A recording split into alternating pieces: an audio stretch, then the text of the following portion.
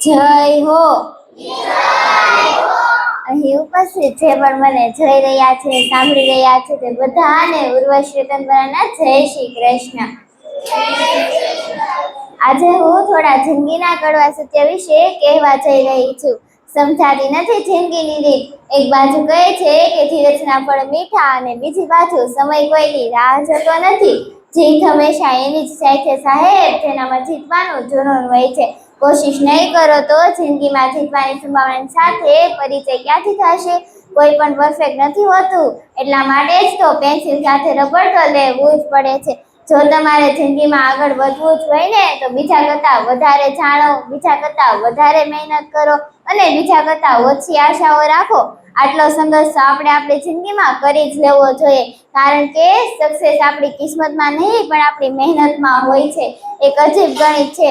ધારો કે કોઈ વસ્તુની ઓરિજિનલ કિંમત 1000 રૂપિયા છે અને તેને કોઈ સેલમાં મૂકી અને તેની કિંમત 800 રૂપિયા થઈ।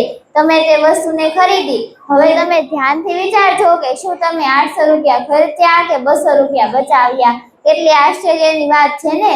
લોકો જિંદગી વધારવા માંગે છે પણ સુધારવા નથી માંગતા। હું જે કાંઈક બોલું તેના માટે હું જવાબદાર છું, પણ તમે જે સમજો છો ને તેમાં મૌન હશે ને તો વિશ્વાસ પણ સમજશે, અને મૌન નહીં હોય ને તો શબ્દમાં પણ ગેરસમજ હશે।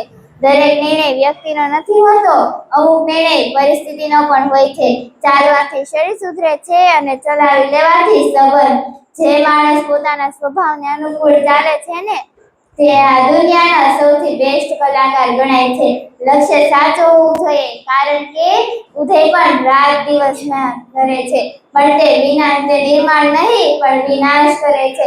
મારો કહેવાનો મતલબ એટલો જ છે કે આપણે રાત દિવસ મહેનત નથી કરવી, પણ જ્યારે પણ મહેનત કરીએ ને ત્યારે એવી કરીએ કે તેનો વિનાશ નહીં પણ નિર્માણ થવું જોઈએ। આપણે પણ આ મંચ મિત્રમાં બોલવાની શરૂઆત કરી છે તો આપણે તેનો વિનાશ નથી કરવાનો, એક એવું નિર્માણ કરવાનું છે કે ઘેટા બકરા બની નહીં પણ સિંહણ બનીએ અને આપણા શબ્દ વડે સમાજનું ઘડતર કરીએ અને માતા પિતાનું નામ રોશન કરીએ। સફળ વ્યક્તિના હોઠ ઉપર બે ચીજ હંમેશા રહેતી હોય છે, મૌન અને સ્મિત। મૌન સમસ્યાઓ ટાળવા માટે અને સ્મિત સમસ્યાઓ ઉકેલવા માટે। સાચું બોલવાનો સૌથી મોટો ફાયદો એ થાય છે કે આપણે યાદ નથી રાખવું પડતું કે કોણે શું કહ્યું હતું।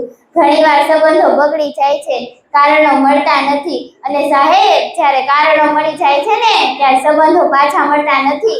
ભાઈ, ભાઈબંધ, ભાગીદાર અને ભગવાન, આ ચારની સાથે ચાલાકી ન કરનાર હંમેશા ફાયદામાં રહે છે।